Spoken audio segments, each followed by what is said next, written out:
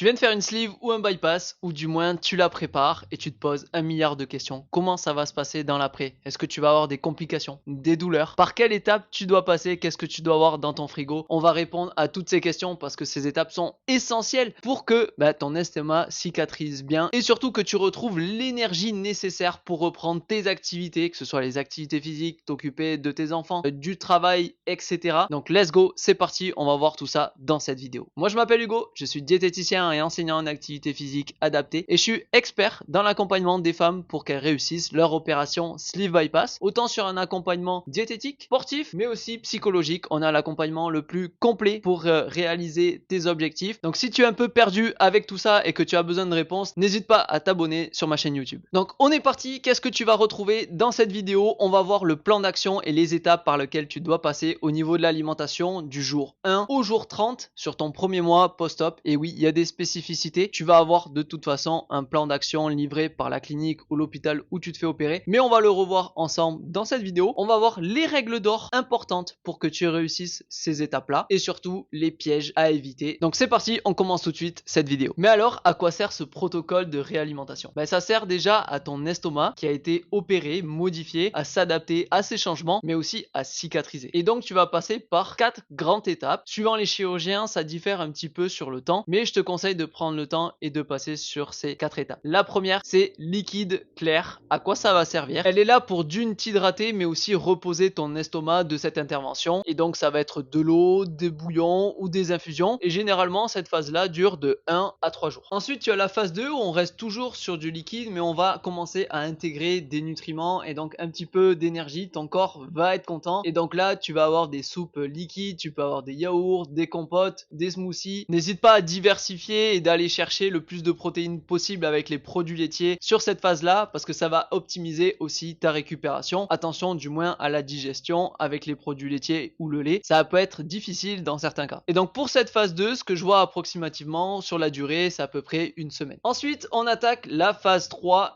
qui est quand même plus intéressante, plus diversifiée où on va retrouver une composition un peu plus classique. C'est juste qu'on va mixer les repas. Donc là, tu vas avoir l'intégration des protéines, des féculents, des légumes. Donc beaucoup plus d'énergie, mais tu vas la mixer pour faciliter quand même le travail de ton estomac et la digestion. Donc tu vas voir déjà à partir de cette phase-là, tu vas avoir un regain d'énergie. Et donc là, n'hésite pas à retrouver une structure alimentaire correspondant à tes besoins avec les 3 repas et les 2 voire 3 collations. Ce que je recommande à mettre en place le plus rapidement possible. Et ensuite, la 4e et dernière étape avant de retrouver une alimentation plutôt classique, c'est la phase tendre où là, tu vas aller plutôt vers des aliments mous, ce qui te permet de retrouver des morceaux. Donc généralement, là, on est content, mais de garder quand même une texture assez molle pour faciliter encore le travail de ton estomac. Donc va sur des choses bien cuites, comme du riz bien cuit, comme du poisson à la vapeur, des légumes fondants. Ça va être essentiel pour faire une transition assez douce vers l'alimentation classique que tu auras après ce premier mois post-op. Deuxième partie de cette vidéo, on va voir les règles d'or hyper importantes à mettre en place pour que cette phase se passe du mieux possible. Donc la première chose, c'est de ne pas brûler les étapes. Respecte bien les temps des 4 étapes. Et c'est important aussi d'être à l'écoute de ses sensations et de son estomac parce qu'il y a des phases qui peuvent être un peu plus courtes, mais surtout des phases qui peuvent être un peu plus longues. Si le protocole dit 2 semaines, mais qu'à l'heure d'aujourd'hui, tu ne te sens pas de passer à l'étape d'après, ou que tu as testé et que c'est pas passé, reste encore 2, 3, 4 jours de plus dans cette phase-là pour que ça se passe le mieux possible sur ta transition, te rassurer et ainsi de suite. Donc oui, je sais que cette phase-là, c'est pas très drôle. On mange comme un nouveau-né. D'ailleurs, petit tips, n'hésite pas à utiliser les petites soupes et les petits plats de bébé. Ça peut être une petite astuce que je te place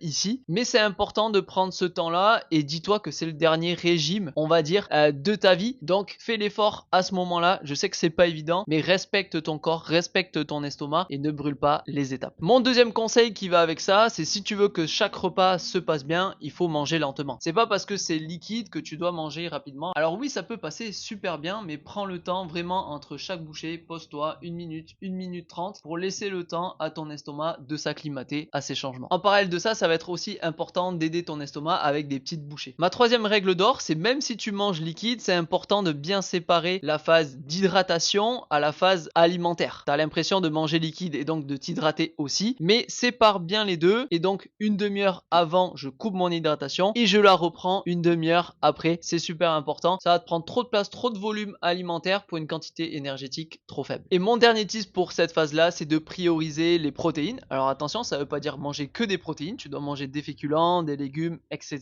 Mais quand même, priorise-les et si c'est difficile de les assimiler, de les digérer ou même sur le passage des aliments, n'hésite pas dans tes plats, dans tes préparations d'ajouter du lait en poudre ou même de la whey protéine que tu achètes en pharmacie ou sur internet. Moi, ce que j'utilise généralement, c'est deux marques françaises de qualité. Donc c'est Nutrimuscle ou NutriPure. Donc j'ai pas de code promo ici, mais au moins ça te permet d'avoir une protéine en poudre de qualité. Et mon dernier conseil, c'est plus tu avances dans cette phase-là, dans ce mois-là, plus essaye de trouver une structure alimentaire qui va correspondre à tes besoins, notamment quand tu reprends une activité professionnelle. Et donc ce que je te recommande au début, vu que les quantités sont très minimes, c'est d'avoir 3 repas principaux et d'ajouter des collations, ou alors tu peux le voir différemment aussi, c'est d'avoir 6 collations. Donc respecte bien tes besoins, tu en as besoin à l'heure d'aujourd'hui pour récupérer, mais surtout repartir du bon pied et retrouver une activité physique après la validation de ton chirurgien à un mois post-op. Et donc on finit cette vidéo par les erreurs à éviter à tout prix. Et donc la première, je l'ai déjà un peu dit, c'est vouloir aller trop vite et sauter les étapes au niveau des textures. La deuxième, c'est d'intégrer des aliments trop durs, trop vite, ce qui va entraîner des douleurs à ton estomac et une difficulté de digestion. La troisième, négliger les protéines. Et la quatrième, c'est de ne pas être à l'écoute de ses sensations. Donc là, c'est important le temps de repas, mais aussi de pas se dire c'est les quantités que je dois manger et donc je dois finir mon assiette. Non, c'est ton estomac qui est maître de tes sensations et il faut bien faire la différence entre satiété, je n'ai plus faim, je n'ai plus envie de manger, à la différence de saturation. Saturation, c'est vraiment que tu ne peux plus ajouter une seule cuillère, une seule fourchette et donc souvent tu te retrouves avec des ballonnements, des douleurs, le besoin de te poser et ainsi de suite. Donc voilà, pour conclure, si tu veux réussir vraiment ce premier mois post-op, prends le temps de bien manger et de respecter tes sensations et les différentes étapes et tu vas voir que tu vas retrouver progressivement de l'énergie pour reprendre un rythme qui te correspond et retrouver progressivement une alimentation que tu avais avant, sans régime. C'est juste les quantités qui diffèrent. Alors oui, je sais que les goûts vont être différents, il y a des choses qui vont passer, il y a des choses qui vont pas passer, mais c'est pas parce que un jour ça passe pas que dans 2 semaines, 3 semaines, un mois, ça ne va pas repasser. Donc retente de temps en temps si cet aliment te fait plaisir, ça va te permettre de diversifier et de trouver ton équilibre. Donc si à l'heure d'aujourd'hui, tu es en train de préparer l'intervention, ça arrive dans quelques mois, tu as des questions, tu as des peurs, tu n'arrives pas forcément à mettre en place les bons outils qui vont te permettre de réussir cette opération, eh ben nous c'est ce qu'on fait au quotidien avec l'accompagnement Equiom. Donc si tu veux optimiser la préparation mais surtout l'après et réussir définitivement cette dernière perte de poids de ta vie, eh ben moi je propose